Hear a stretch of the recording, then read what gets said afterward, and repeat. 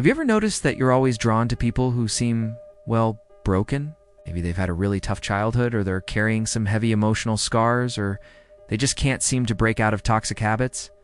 And for some reason, you feel this almost irresistible pull to fix them, to be their hero, to rescue them from their own pain.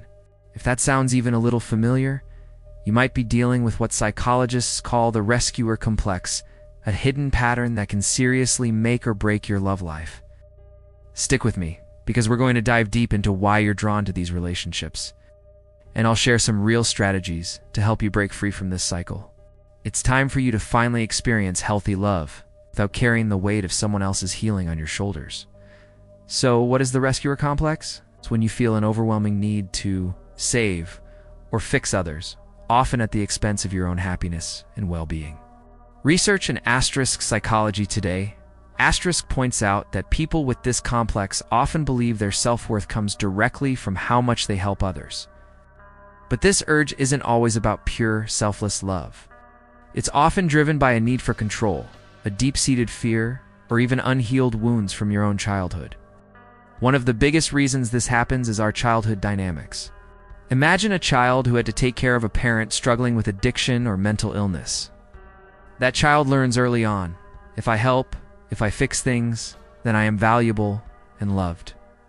As an adult, they unconsciously seek out broken partners to feel that same sense of purpose and validation all over again.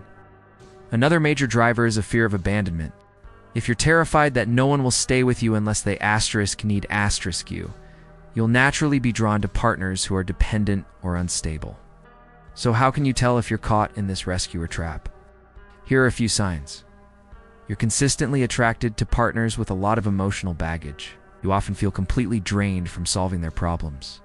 You feel guilty if you try to step back and not help. You secretly believe you can change them, even when all the red flags are waving right in your face.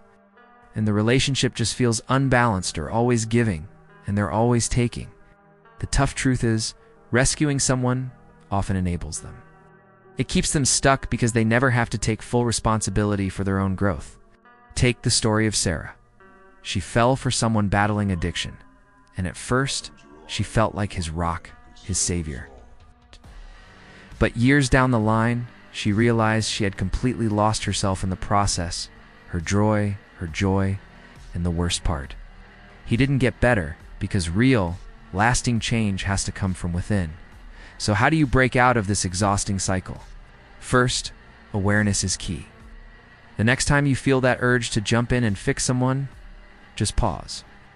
Ask yourself, do they genuinely want to change, or am I forcing my help onto them? Second, you have to set boundaries. Helping is wonderful, but not at the cost of your own life. It's okay to say, I love you, but this is something you need to work through yourself. Third, redefine where your worth comes from. Your value isn't tied to how many people you can rescue.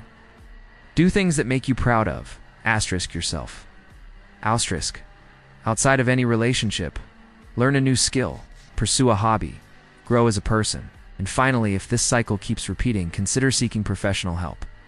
A therapist can help you uncover the root causes and build much healthier relationship patterns. Let me give you a real-world example. Mark was a guy who always dated women in crisis.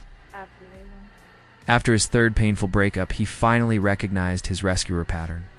This time, instead of jumping into another relationship, he started therapy, learned how to say no, focused on his own growth.